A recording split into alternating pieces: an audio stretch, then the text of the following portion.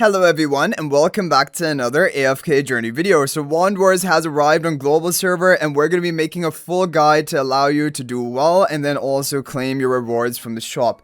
So we're going to go ahead. First of all, you want to talk to this lady and click find me an opponent. This is going to enter you into the battle section, and there is unlimited battles you can do per day. There isn't any limit, and so you can go ahead and just jump right into it. Now in terms of the strong heroes, this is an important topic we have to talk about. Tilaya is very strong. Out of the heroes that I listed here, I definitely think Tilaya is the number one. So I'm going to pick Tilaya first and foremost. Volca is also really good though. So I'm really hoping maybe this player doesn't pick Volca. And basically you want to go for a bit of a bruiser comp. Don't pick Volca. Okay, you got Phraesto. Really close to Volca. Leave Volca open for me, please. Silven is also really good. Theodore. Basically, as we go in this video, we're going to do multiple runs and hopefully give you a good idea of what's good. So, Volca is really good. I think for the last hero, I'm really tempted to go for something like Pang. Could Pang work? Because we're going to go for a melee bruiser type comp. Go Khafra.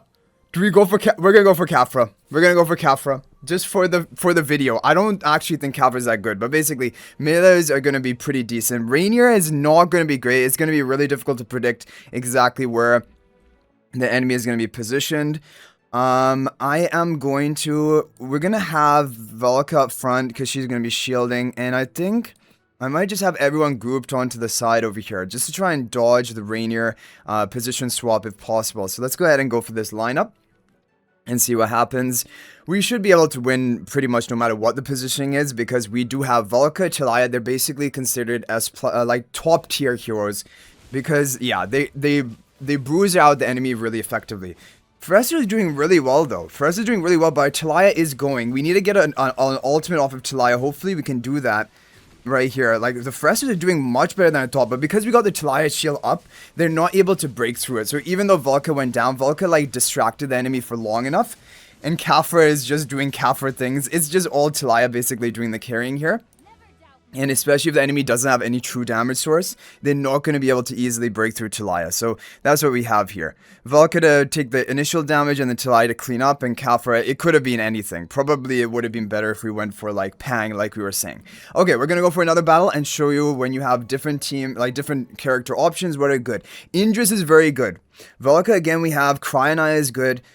Indris has been, they've told me from the VN server, Indris is really good. Now the question is, what is he going to synergize with in a combo? Like, we could go for Volca Indris, right?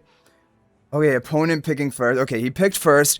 I think I'm going to go for Volca Indris. Oh, Theodore. I'm going to go for Theodore Indris. Theodore Indris.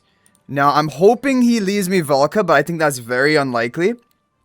We'll probably we might just have to go for, like, Pang, because Theodore's a tank. We don't need another tank. I really want Volca, because Volca's like that bruiser damage dealer. She also gives attack speed buff to Indris. It's a lot of synergy. What about Lorson? Could Lorson work and go for a full Wilder team? You don't get any faction advantage, so it doesn't matter that much. Let's see what the opponent is going to pick over here. They pick Brutus and, okay, Talene. Yeah, we're going to go for Volca. Basically, don't just pick the Celestial Hypogeans. Cryonia is a good Celestial Hypogean, but like heroes like Talene, they're just not going to be good enough. So here, for example, we're going to go for, yeah, we'll have Theodore like this in the back with the Indris, and Volca going to attack speed buff them. This should be a really good comp. Theodore is really good because that energy boost gives you a big advantage. Like, Lily May is basically nowhere to be found in this game mode. So, like, that energy boost is really valuable for your carry, especially if they're a range carry. So, we should be able to have this. Like, enemy Cryonia is tough, definitely, if she can get off an ultimate. But we have too much damage burst that we should be... Whoa. Whoa, that Cryonia almost lived. Because Brutus was actually taking the damage from our whole team for like a few seconds, and Cryonia wasn't getting hit in the back. And if Cryonia gets off an ultimate, it is risky because she may just be able to kill you from that point. So the Brutus Cryonia combo was actually pretty interesting, but luckily we had some long range damage in our team. Okay, so we're gonna go ahead and carry on over here. Yeah, but Cryonia is a good hyper carry as well. Hopefully we can make a comp built around here. And as you guys can see, it's fun. The quick matches, even if you lose, there's no loss. You just go in and queue in again. So let's see. The opponent, okay. Faramor is a good hero here. Faramor is a good hero. Apart from that, I don't know about Corden. I'm definitely going to pick up Faramor. Question is, along with Faramor, I just have a feeling Ravion might be good. Or do we go for Perseus? He might go for a melee comp with Perseus, but he may go for Zand. I want to go for maybe Faramor Perseus. They have synergy. Like, you can get the temporary buff of Faramor into Perseus. I hope they leave Ravion for me. Ideally, Ravion would be my final hero. They may leave it, because they may go for a full, like, Bruiser comp. They may go for Gerda, Shakira, something like that. Okay, go for Shadewing. Interesting. Okay, we're gonna go for Ravion. So we're gonna go Perseus, nuking comp with a lot of temporary buffs. We have the temporary buff from, you know, Faramor, and then also Ravion. So this is how the question is, do I put them frontline or do I put them in the back? I guess I put them, if I put them in the back, because, you know, Ravion's buff takes a bit of time to actually activate. So I think maybe putting them in the back might be better. I don't know. I'm not sure about this, but basically I just want Faramor buffing up Perseus, and Ravion obviously is going to be buffing up both of your two allies here. Okay, so hopefully, yeah, that was good. That was good. We got it. I mean, Faramor took a lot of damage, but Perseus is going to burst them really, really fast, like you guys saw over there. So Perseus Faramor combo or Perseus Ravion combo with temporary buffs also works. Let's try to find a Cryanaya comp. So yeah, there are definitely certain heroes which are dominating others. So Theodore is going to be a good option here. Faramor again, Faramor, Theodore. We might even go for Perseus again. But the problem is, oh, we pick first? Okay. The thing is, when you pick first, you want to make sure you have a good... I think I might go for Theodore first. I might honestly go for Theodore first. Yeah, he can pick Faramor Perseus, which is brutal. We're probably going to be in trouble if he does pick up both of those, because there's not another great carry here. But then maybe we can go for, like, Theodore Tossi or something. Like, the problem is, oh, is he going to go for Faramor? If he goes for Faramor, we're in trouble. I don't know what I'm going to pick, because there's not another good... Oh, good, he left Faramor. There's not another good carry here that, like, I need to basically go for Faramor. Theodore Lucy, though, potentially could be interesting. Do we want to go for Theodore or Lucy with Faramor? Because Lucy will basically almost immediately ult and then try to crowd control enemies. Perseus? Is Perseus unaffected? I can't remember. Do we go for Dunlinger? Do we go for Dunlinger? I didn't even know Dunlinger was available in this mode. I actually am really confused about what to pick here. I think Theodore or Lucy could be interesting, or we just go for Dunlinger. I don't know. I might even do Cure Lock, like, to prevent the healing from Ludovic. Let's see what he goes. He goes for Hugin. I mean, Perseus is the only threat here, obviously. I might just, you know, alt block. Yeah, I might just go for alt block. And we'll go for Theodore Faramor and just have Faramor try to kill the Perseus. I'm worried that the Perseus is going to nuke me, but the thing is, he doesn't have enough temporary buffs on the enemy team. I don't think the Perseus is going to kill my Theodore that easily. And we have the energy boost from Theodore onto Faramor. Faramor already has some initial starting energy, so hopefully we can just get the Faramor ult off quickly. Yeah, we get it off and that's going to be it. Yeah, as soon as the Faramor ult goes off, you're going to win the match. So it's just about protecting him long enough for that to happen. And okay, guys, we have another match over here against CRT. Let's see, what do we offered here? We have Theodore. Whenever you're offered Theodore, probably Theodore first pick will be good. And I want to try Theodore Harok synergy. You know, Theodore Harok synergy should be good. But Theodore Perseus can also work, energy boosting Perseus. Ravion does seem to be a very good option, so I would recommend that. Or Dionel as well, actually. Okay, he goes for Harok. I'm fine with that. I think we're going to go for Theodore, Dionel, and Ravion strategy. So you want Theodore. Theodore is a really good pick if you're ever given the opportunity, because you can use them with a lot of hyper carries, even melee hyper carries. Because that ultimate, basically early ultimate, gives you that advantage. And now, all we have to do, Bonnie is going to apply debuff to the rearmost. We'll put that on Ravion because we just want to protect Dionel as much as we can. And we just want to buy enough time for Dionel to cast ultimate. And if Dionel casts ultimate before the enemy kills him, we're going to win. That's basically how the fight is going to play out. Yeah, and we want to play around Bonnie's debuff. That's really important. So that's why we get the Bonnie debuff onto Ravion. That's perfect. Okay, we just need to keep cycling. We got the ultimate off of Dionel, and that should be it. Yeah, because Dionel's ultimate is way too strong to deal with. It definitely is going to clean up, especially with the Theodore Dark Moon as well. So I think you guys get a pretty good idea of this regular match. Now, even if you lose a match, you're still going to gain some rewards. You're not going to lose any tokens or anything like that. So basically, there's no punishment for playing a lot. So just keep playing as much as you want, and then you're going to be good. You know, I was pretty impressed by how Phraesto did as a tank for that player who used Phraesto on us in the beginning. So I'm thinking, oh, but we have the Tilaya option here. Oh, I think I have to go for Tilaya, right? You shouldn't pass up on Tilaya. I'm gonna go for Faramor too, and as a final hero, I would like to get maybe even Phraesto. Basically, Phraesto seems like a really interesting tank to basically take that initial aggro, allow your Tilaya to get going, because once Tilaya gets going, it's game over. Unless the enemy has true damage, which a lot of heroes in this mode do not have true damage. So I think I'm just gonna go for Phraesto, and we're going to have... How are we gonna do this? Either I want to give energy boost to Tilaya or the damage reduction. I want to give the damage reduction to Tilaya. I'm not actually sure what I want to do here. I want to give the attack buff and Faramor onto Tilaya. I think I want to give her the energy, because once Tilaya begins ultimating, it's game over. So I'm going to have a position like this. The Phraesto is just going to tank. The Faramor is just going to give a buff to Tilaya, because Tilaya is your major carry. Now, Valka does well with Tilaya. Faramor should do well. And probably, I'm thinking Phraesto even is going to do pretty well, because he's just going to be difficult to take down.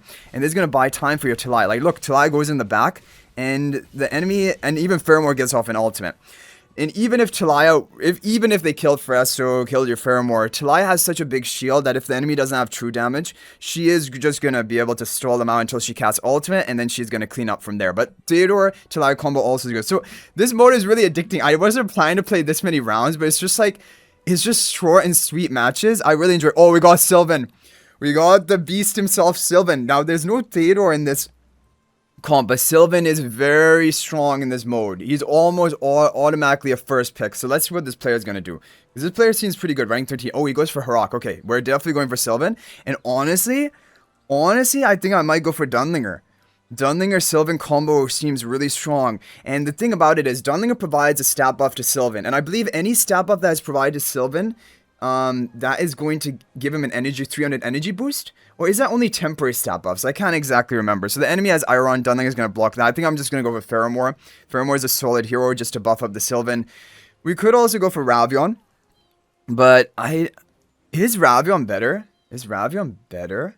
Ravion might be better, honestly. Because Faramor, when we're blocking off ultimates, Faramor cannot get off his own ultimate, because we're only going to give the ultimate unblocked to Silven. So probably this would be better. We're just going to back it all up, because the enemy is a full melee team. They're going to have to run up to us. We're going to back the heroes up like this. Okay. Okay. Let's see. Can we do it? Silven is very strong. I want to see how much energy boosting he gets. He's definitely going to get an energy boost from the temporary buff from Ravion. And that's going to be 300 energy. And he starts with 500 energy. So that's how Silven, yeah, it's only the temporary buffs. Anyway, he gets off the ultimate 4 seconds in because we have the temporary buff from Ravion, and boom, blows everyone up. It's just game over once Silven ultimates. Silven is probably the strongest hero. Okay, now that's not all we have for the event. That is, of course, a battle mode when you're battling and you're going to rank up. So let's see what sort of performance we've done. We're now rank 11 on our district points, and rank top 20 in the end is going to give you this frame. But this is going to depend on how much people play. And then obviously when you win, you increase in ranking, but there's unlimited play, so you can keep playing to rank higher. District Fortune, now this is going to be based on your spectating and your guessing on the spectating. Now this has limited guess tokens, but when you win a guess, you're going to get more guest tokens. So you're going to navigate to Celise over here. You're going to go for fortune picks. And then you're going to watch. Okay, so we have our spectating. Oh, rank 1, rank 2. Usually you do spectate the top ranked players. This is exciting. Now, people are just randomly putting numbers right now. Yeah, because it doesn't really matter until everything's locked in. So if we look at what the opponent, what the people have here. Is there a chat room? No, there's not a chat room, right? Oh, you can say in the emoticons in the battle. They went for Taline? I don't think Taline is that strong, honestly. Baelran Faramor, probably. Baelran Faramor is this guy going to go for? I would go for Baelran Faramor or something. This is really distracting how people are just already putting things down in the bottom. 108. There are 187 people watching? That's crazy. That's crazy. Okay, Dunlinger Baelran, yeah, I think it's red team. But you can't count out left team. The thing about Baelran is he's slow to start. He's not a guaranteed sort of hero. Oh, and you earn more guest tokens as an odd ratio depending on how people bet. That's another factor. So if everyone is betting red, it may even be sometimes a good idea to bet blue. You know, obviously not if blue has no chance, but if blue has a better than like 10% or 20% chance, then it's better to bet blue because the odds are so in favor of the other side. They're going for a stall comp. Igor Tillian, but I think it's too slow. You can't outstall Baelran. You need to have damage to burst the Baelran, or Baelran is going to go off. Ooh, Lorson. Is that enough damage for the Baelran? Let's see the final pick of the rank 1 player. Is it going to be Haywin or something? You know, honestly, I would go for some sort of healing or a protection, because Baelran just needs the protection to get going, and the enemy has kind of weak damage. I'm definitely leaning towards the red side here, but at the same time, I'm also... Okay, so what did he picked Hugin. I honestly don't know, guys. I like, Hugin seems like a strange pick. I honestly feel like there's a chance at the left side winning. I really don't know what to... Oh, man. Like, I guess I don't want to use too many tokens, right? Because I don't even have that many. I guess I'm just gonna go for blue. I don't know why I have a feeling that somehow blue is gonna do something with this Lorison Igor Tillian. Whoa, they got the Dunlinger, but the Hugin got the... Oh, they have Hugin allowing to cast ultimate. Interesting. Tillian got off the ultimate. Is red? Oh, but Baelran is scaling. Yeah, the Baelran scaled too fast. Our team was unable to kill anyone. And now Baelran is gonna clean it up, I'm pretty sure. Actually, not guaranteed. This is crazy. This has been a crazy match. Whoa, we won! We actually won betting on Tillian, and that must have had really high odds because everyone seemed to be betting on Baelran. What did we win off of that? It seems like our bet didn't actually count, because I guess I didn't... Was there a lock-in button? But we did bet right. That feels bad, because everyone was betting the other side, and we did bet right, actually. And, yeah. Okay, there is a fortune picks chat. Okay, so let's see what we have here. Okay, Perseus, oh, Harok, Damon, this is tough, man, but I think Perseus Corden should have it. They're too fast. I would have to say, but there's no lock-in button, right? So I don't understand why my pick didn't count last time. Because I did move it in that direction, and so the pick should count. Yeah, Perseus is just gonna blow them up, yeah, okay. So again, we did get the pick here, so we're gonna get the rewards here. Yeah, I guess for whatever reason the pick didn't register for the Tillian one. Maybe I entered it too late. But basically, that's how the spectating is gonna go. And spectating, you're gonna have limited guest tokens to begin with, but as you keep winning, you're gonna get more and more. So I would probably not go all in. It's safe to just use, like, you know, 20% or 30% or whatever tokens you have. Let's see. And you have people chatting as well. So people are giving their advice. Always all in, never all in. Yeah. So I think never all in is probably the more sensible strategy. Tillian, it seems honestly really interesting. Especially if you can stall out long enough. The enemy doesn't have... Oh, they're going for full stall. Almas and Tillian, but there's no Faramor to deal with this. You know, Natsu... I would be thinking Natsu. No, Nazric... You know, Nazric I've also heard things about maybe being a good option. Citrana. Oh, Citrana debuff to reduce the vitality. I'm leaning towards the left side, honestly. I'm leaning towards the left side. Let's see what the final pick was here. Sonya. I'm leaning towards the left side. I'm just gonna go for like 500 here again. But this is tough, honestly, to predict.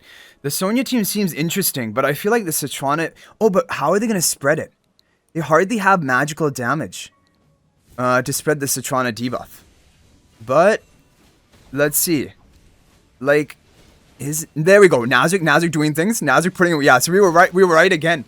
Nice. Okay, so we're honestly doing pretty well. Okay, so basically, and as you do more practice, more experimentation, you are going to get a feel for what are the strongest comps, strongest hero lineups, what has a better chance of winning, and you're just going to do that. But basically, don't all in, because then you could lose out your guest tokens. If you go with 500 each time, 600 each time, you can keep increasing, and when you're overall, like, when you own more of them, then you can go for 1,000 at a time, 2,000 at a time. Like, basically, you're slowly building up your pool. Now, finally, we have the store, which is going to be... Wait, there's fortune picks. I don't want to do this. We have the trade store. Okay, so make a purchase. Now, with this currency is gotten from both things, I think. Both your single battle and then also your spectating wins. And then you're going to get this from the shop. Now, and then eventually you're even going to get these guest tokens, right? That's going to be these.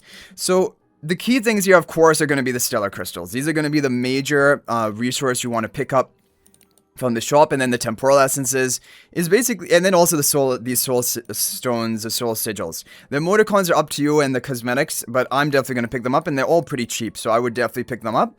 And yeah, so overall, guys, that is a rundown of the event. It definitely is fun. I enjoy it, and honestly, I could just keep playing the single player event over and over again. The spectator is like, it feels a little bit slow because you're not actually the one picking, so like you're just kind of waiting until all the picks are done, and then you can actually place your vote. But yeah, anyway guys, that's gonna be it for this video. If you have any other tips of your own for Wand Wars, feel free to let me know in the comment section. That's always much appreciated and can help others out. Thank you guys all so much for watching, and if you're thinking about making a purchase in AFK Journey, please use my affiliate link for the official Farlight store.